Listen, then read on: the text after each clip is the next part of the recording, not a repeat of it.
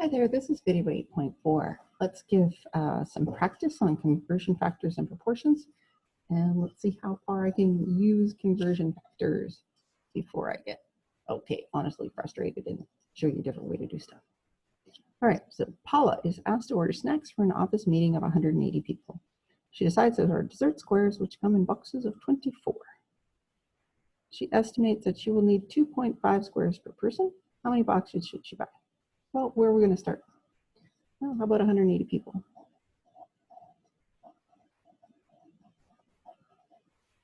Times. Now, here's the hint. Look, it already tells me it's already set up at 2.5 squares per person. So 2.5 squares per person. Because remember, my answer isn't going to be in people. My answer is going to be in squares. So, people and person, those are going to cancel out unit-wise. And then, once we know that, they come in boxes of 24. So, I have to think on this one. I've got two choices. I got one box, 24, what do they call them, squares. Or I can flip that upside down and go 24 squares for one box. And the final question here says boxes. So boxes need to be on the top. So one box per 24 squares. I had a friend who took physics, and he said he never really understood what he was doing, but he was really good at canceling units out, and he would just look to make sure things cancel. So people and people, and squares and squares. So across the top,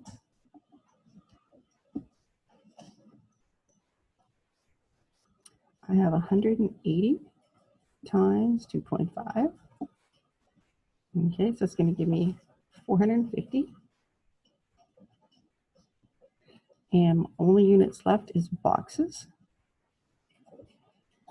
And on the bottom, it's just 24. There's no units because they canceled out. So if I go 450, divide by 24, okay, 18.75 boxes.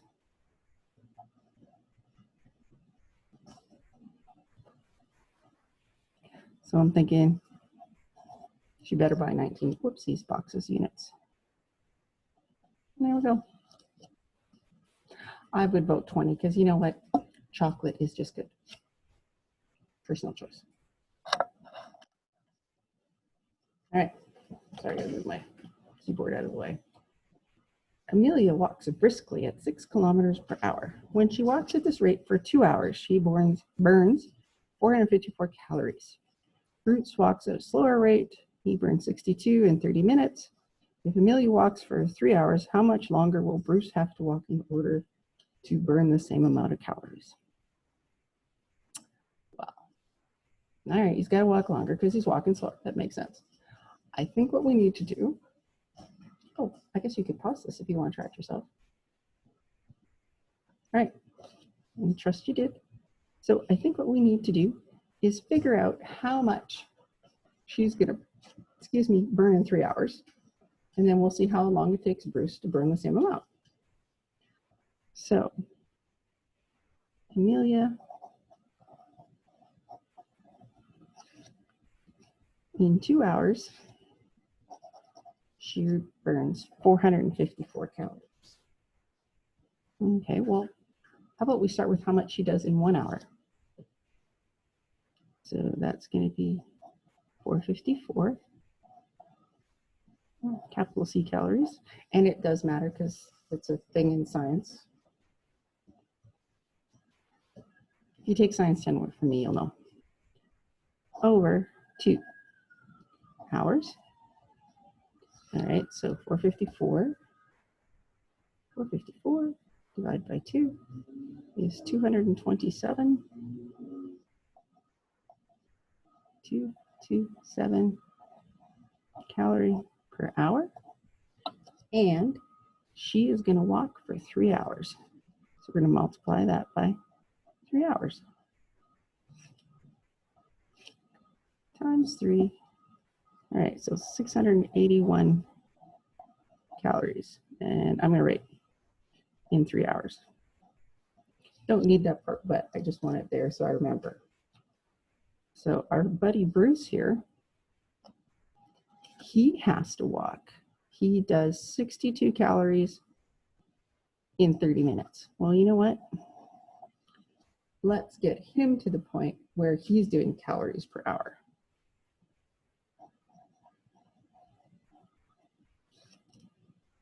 All right, so 62 calories. Now, what am I going to write on the bottom? Am I put 30? Because that's not what we want. We want calories per hour. So 30 minutes is equal to how much of an hour? 0.5 hours. Yes. 0.5.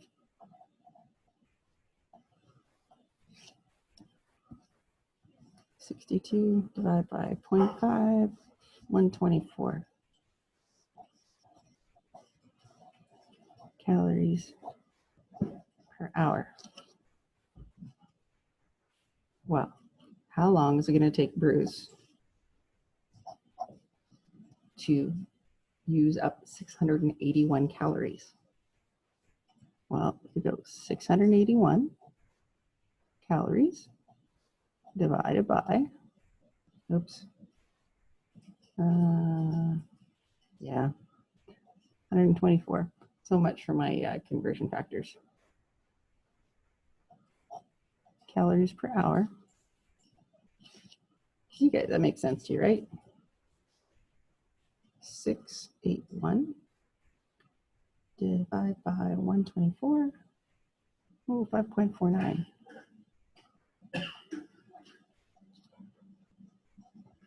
hours. Now, here's the tricky part.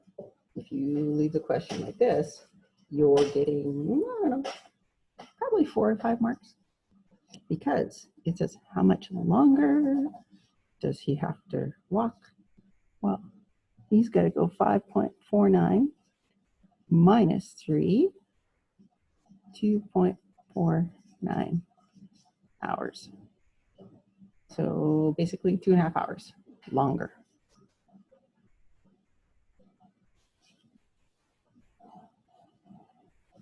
And if you want to be kind to your instructor, circle your final answer.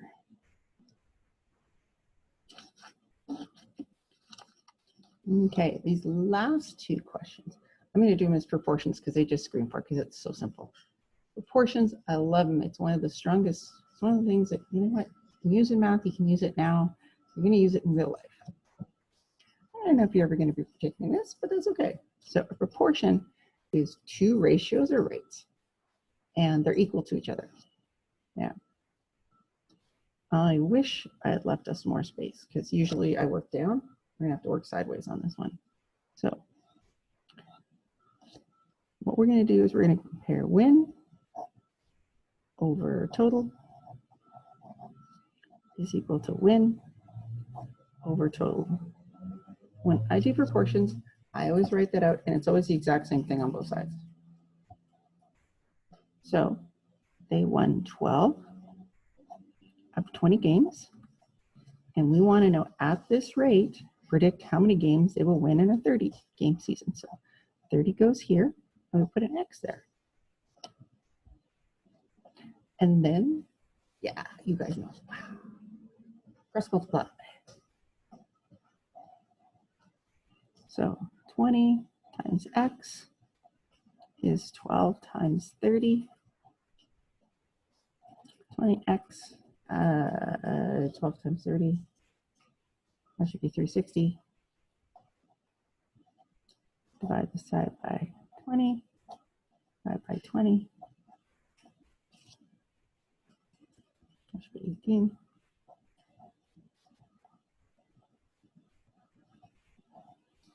And does that make sense? Well, when you think about it, 12 out of 20, that's it's a little bit more than half. So if they keep going, 18 out of 30, yeah, it's a little bit more than half. So that seems reasonable. Right? If you had done this and ended up with an answer of like 42, you know that you had really messed up simply because there were only 30 games. Okay, last one. If you are thinking about going to the health sciences, I know I've taught the math for the LPN program in the past, and dosage is a big deal, right? So you want to make sure it's right. So a patient has a bottle of warfarin tablets to take it home. These are 5 milligram tablets. After his most recent blood test, a doctor tells him to take 7.5 milligrams per day. How many tablets should he take? Well, we can set this up in a ratio, or sorry, a proportion.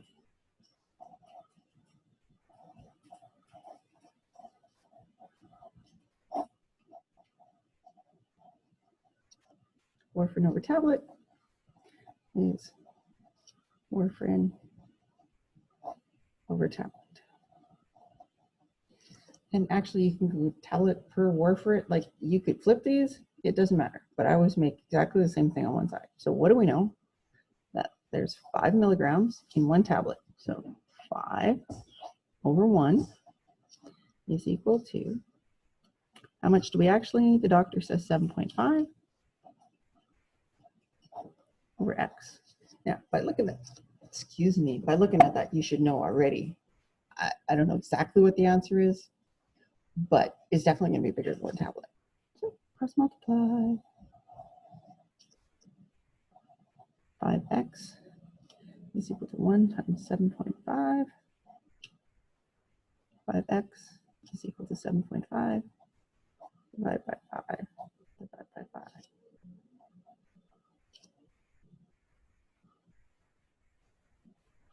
1.5.